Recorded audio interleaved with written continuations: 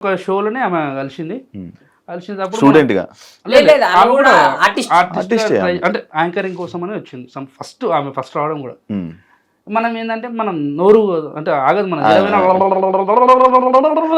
ఇప్పుడు అర్థమైపోయింది.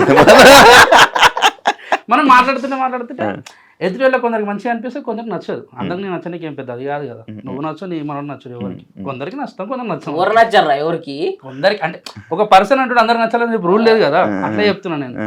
అయితే కొన్ని రోజులు నేను ఆమె నేనంటే చాలా కోపం పెట్టుకుంది. నేను చేసే టైంపాస్ లెక్కలకి అంటే మాట్లాడుతుంటే జోకులు వేస్తుంటే కొన్ని ఆమెకు నచ్చదు.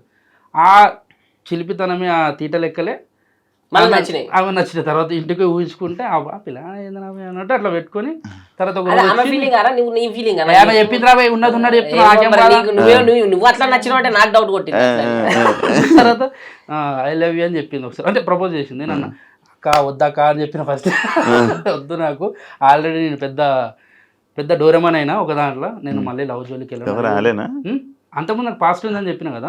వద్దు నాకు లవ్కి వద్దు మళ్ళీ నాకు ఆ ఏడుపులు ఆ పొడబొబ్బలు వద్దు నిమ్మలంగా ఉంటా నాకు ఈ లవ్ సెట్ అని చెప్పి చెప్పేసిన.